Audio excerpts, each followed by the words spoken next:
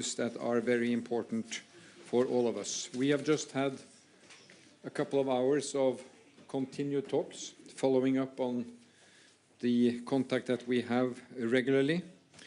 And let me just give you the main points of our discussion. First, we share your goal, a free, independent and sovereign state of Ukraine. I know that no one wants peace more than you. No one wants peace more than the Ukrainian people who are suffering from attacks and fighting and losses and pain.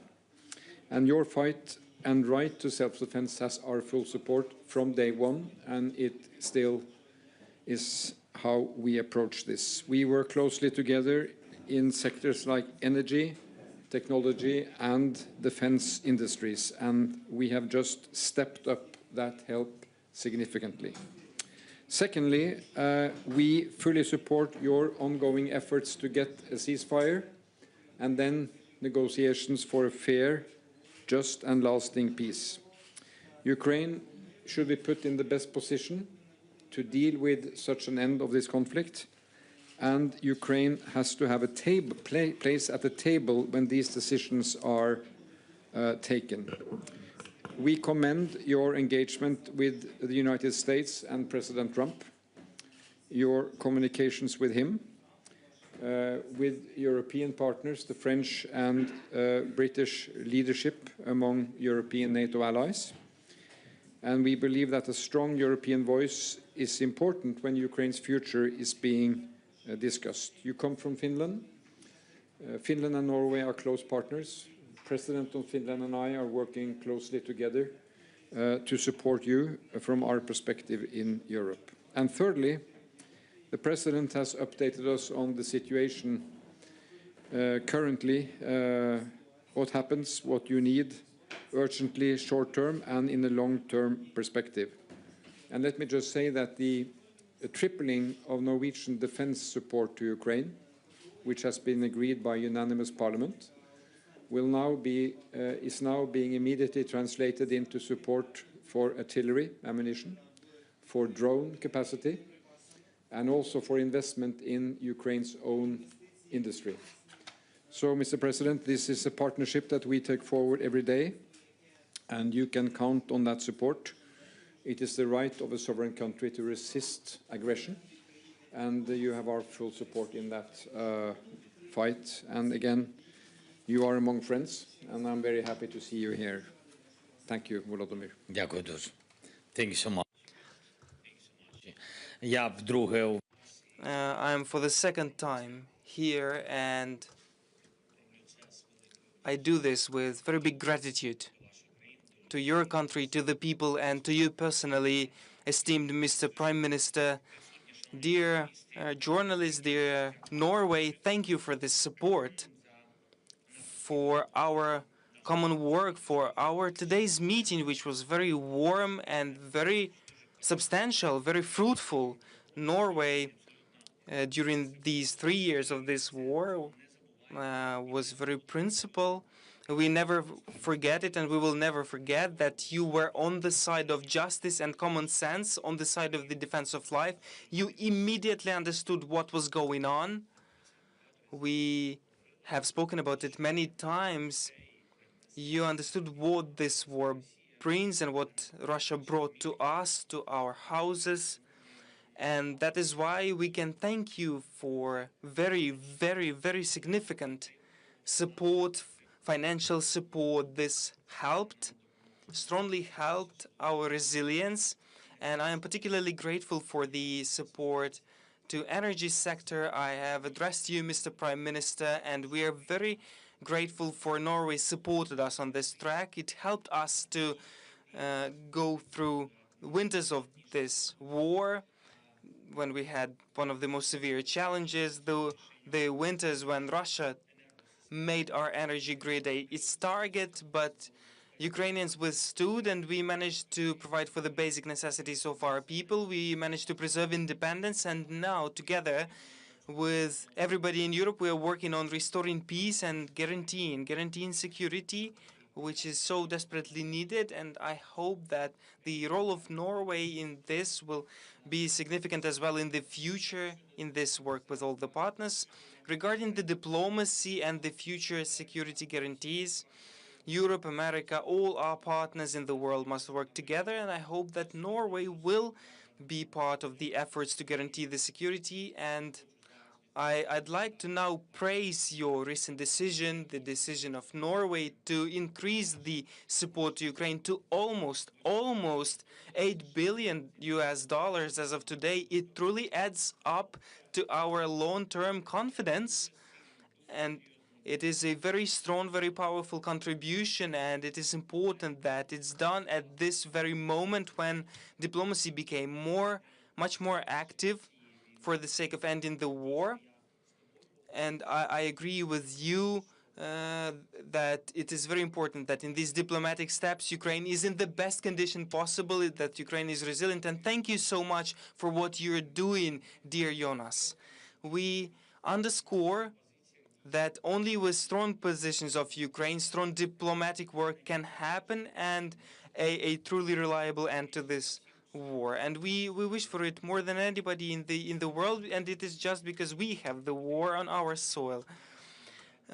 We need to continue pressure Russia so that Putin stops manipulations and makes the concrete steps that all the world wants. And in particular, one of the first steps must be a silence, and now we discuss it with the United States of America and other partners, silence in the sky, the cessation of strikes on energy sector and on civilian infrastructure and people, ceasefire at sea.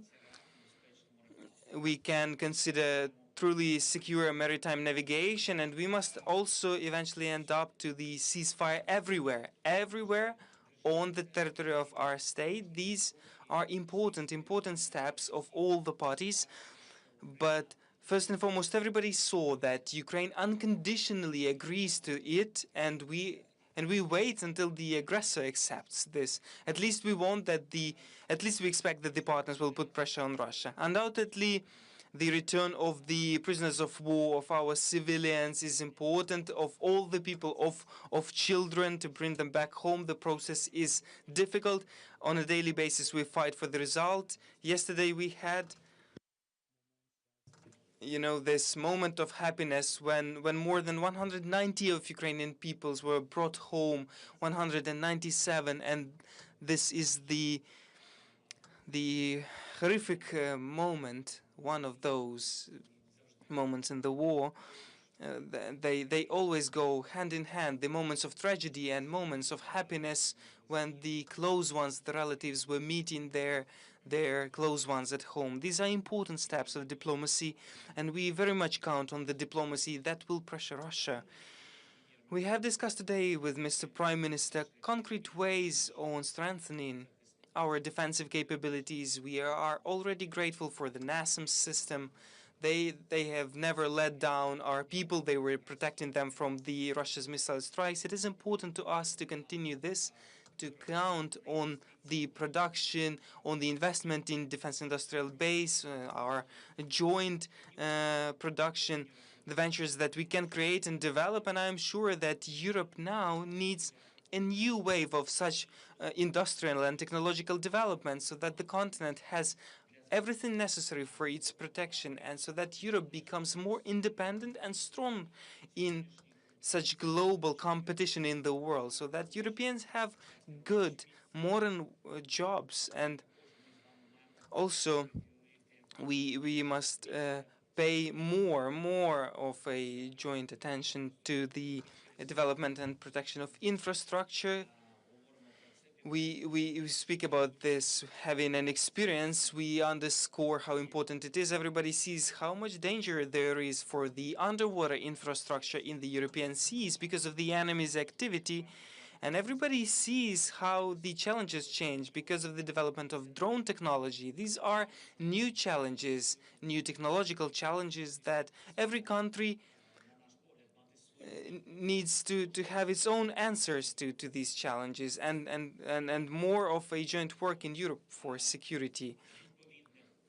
Ukraine is also ready to join the relevant efforts, and I also kindly invite, and we are already working with Norway within the framework of existing security coalitions. And I am very happy that we have such partnership, the air defense and other technological coalitions. We can also do much more in the production of various types of drones. That this production in Ukraine is more rapid, it's cheaper, and it is efficient, practice proven. We see it, and I believe that we are the most efficient, the fastest in Europe, or among the fastest. Nonetheless, I'm sure that together with Norway, we can provide much more security to our people and to the future of Europe. Thank you so much once again for the comprehensive assistance of Norway. It is such a pleasure to be here as your guest. Glory to Ukraine. Thank you. So now we will open up for questions. And the first question comes from the Norwegian broadcaster TV2. Добрий день, пане президенте. Ласка просимо до Норвегії. Дякую. I will ask the question in English by popular demand from the press corps.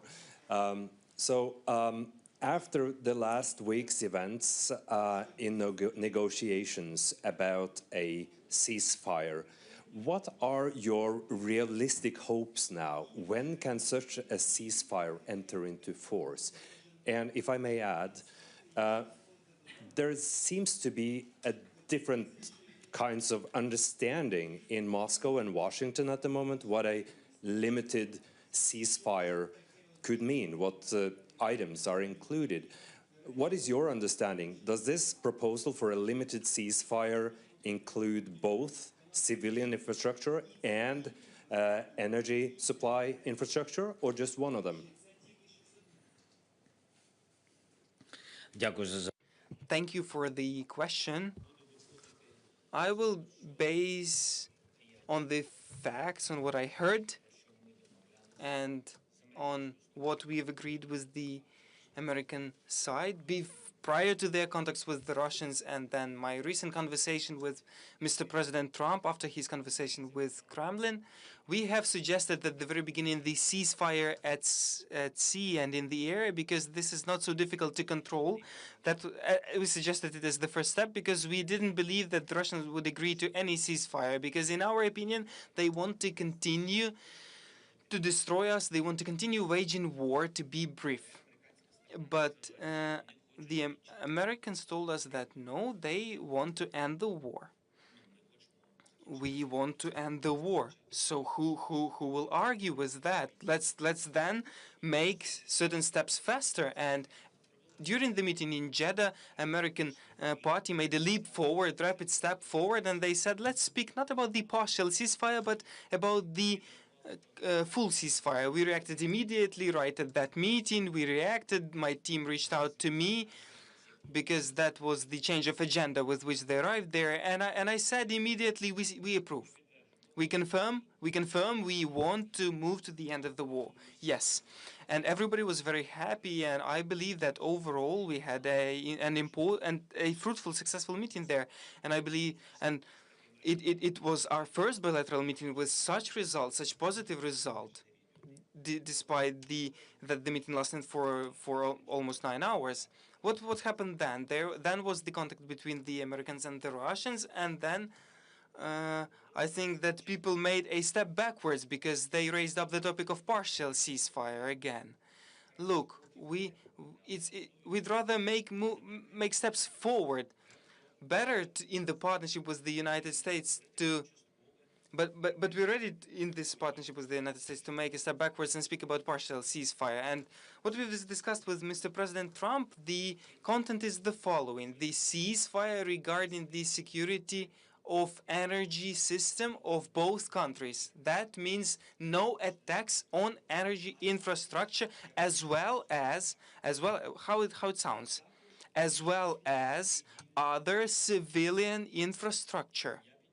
And I raised up this issue with Mr. President Trump, and I said then, in my opinion, our side will prepare the list of objects of civilian infrastructure that, in our opinion, are civilian infrastructure. So I do not want to have a different approach to what the parties agree upon. let's hope that the parties will agree to that. During the next meeting that will take place on Monday in Saudi Arabia, there will be technical teams present there. And I understand that the structure is the following. There will be a meeting of Ukraine and America, and then some shuttle diplomacy, as our American colleagues said, America with Russia. Or it will be some meetings in parallel in one country at the same topic, the topic that I have just said to you. The next question comes from Bloomberg. Bloomberg Oitomelis question to Mr. President. Follow up on the energy infrastructure involved in discussions. Is it only the Zaporizhia nuclear plant that's under discussion in terms of United States taking ownership in it? Or are any other Ukrainian energy assets being discussed as part of any potential agreement?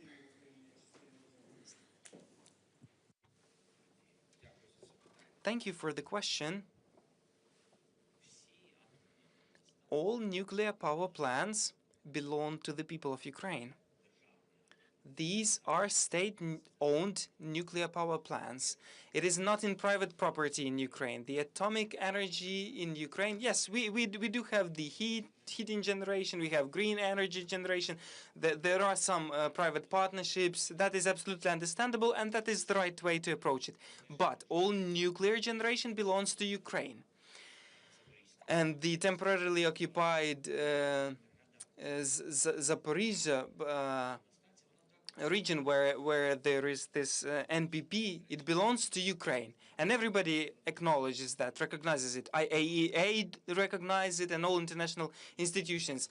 Even more so, the people who work there, the staff there, they have received the salaries from the state of Ukraine there, and they are citizens of Ukraine. Yes, they changed the leadership of the Ruskies, illegally changed the leadership of the staff there. But all the staff, all professionals, all nuclear scientists there are Ukrainians. You know how they put them there. They took their children, took them, abducted them to the territory of Russian Federation. This is why the people work there.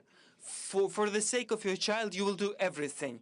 I think that you will agree to that. And I, as father, can say to you that that is just a fact.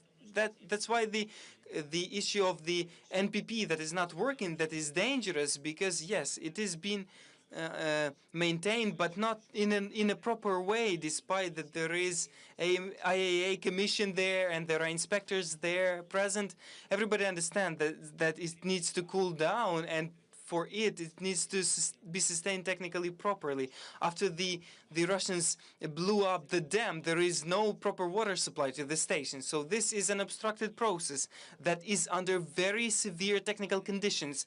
The question that is raised up by the Americans, I do not know whether they have discussed it with the Russians. Mr. President Trump asked me, what do you think about this station? I told him that if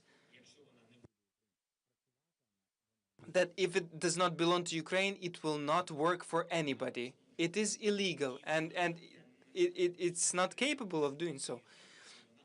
And it is a state-owned enterprise and cannot. The issue is that, and we've heard the voices, if Americans think that how to find the solution from this situation, and they want to take the station from the Russians, and they want to invest there to modernize it, that is a completely different issue. We're open to discuss it, but the issue of property, we definitely did not discuss with Mr. President Trump. Even more so, we did not discuss the messages that you have said here. I saw such messages in the press regarding the overall generation in Ukraine. No, we will not discuss it. We have 15 blocks of nuclear generation now that belong to our state. We are united with European energy grid. For us, these are serious energy security guarantees. The next question comes from the Norwegian broadcaster NRK. Yes, thank you. Mr. President, in March 2022, you said you were willing to discuss neutrality, which implies no to NATO membership. Is that a question that you still are willing to discuss, neutrality? Я ніколи I never stated that I am ready to discuss neutrality of Ukraine. It was never stated like that. The Russians raised up this issue when they approached us with the ultimatum. The first ultimatum that was there in the document, it was written. Putin, they didn't even suggest it, they demanded it to decrease the size of Ukrainian army to 80,000 personnel. Imagine the difference. Now the army that is there is 800,000. So 50,000 is what they wanted. Neutrality, that means Ukraine not entering any blocks in general. Then they wanted us to recognize the occupied territories as Russian, and there was a lot of other things there. We have always said that we do not fully understand what to discuss here. That is an ultimatum. It's not an offer to end the war. Question goes to AFP. Pierre from AFP. Mr. President, President Trump reportedly is considering recognizing Crimea as Russian territory as part of a bid to end the war. Is it something that you discussed during your conversation with him yesterday? And generally speaking, have US officials ever mentioned in their contacts with Ukraine that there would be a will to recognize some occupied territories as Russian? Thank you. Thank you. And by the way, I wanted to end with the esteemed journalist asked the question about neutrality. If that was the question of NATO, and if that is what you mean by neutrality, out of NATO, Ukraine being out of NATO, I always said that regrettably we are not being taken into NATO. We very much want it, and we believe that it would resolve many issues. We with Jonas discussed it a lot. You know, when people look for the ways to strengthen our army, air defenses, how to give funds, how to have a lot of military, where to conduct training, where to train people, which military contingents should be there in the sky, at sea. Can we have just, or we can have just NATO. Make NATO. That will be easier, less costs.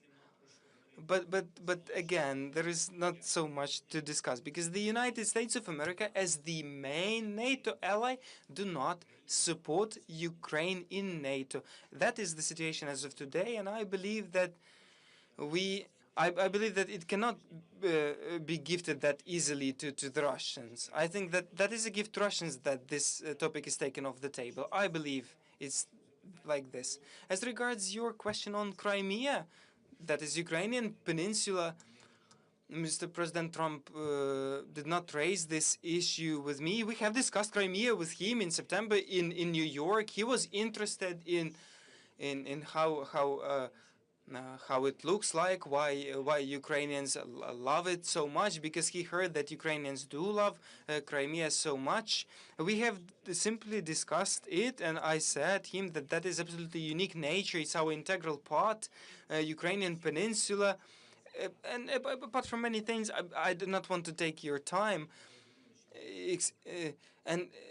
Without Ukrainians, it's understandable that the Crimea is dying because all the logistics is connected to the continental Ukraine, the water supply, logistics. What is most needed for tourism? What is the main thing for tourism? And Crimea is unique nature. That is sea, that is nature, that is tourism. What is the main thing for tourism? Everybody will tell you, tourists. There is no tourism in Crimea. For 11 years, there has been no tourism in Crimea. 3 million people came in summer to Crimea. 2,800,000 Ukrainians of those. That is the answer. You can do many things, 5-star hotels, many different buildings, but you will not bring millions of tourists there. Ukrainians there, they had rest because that is their peninsula. And nobody can do anything about that. People there now have no proper salaries. There is nothing there. Everything is just dying out, the nature. On that note, we need to wrap up this press conference. Thank you. You didn't answer. No, Sorry. You had all the Oh, sorry.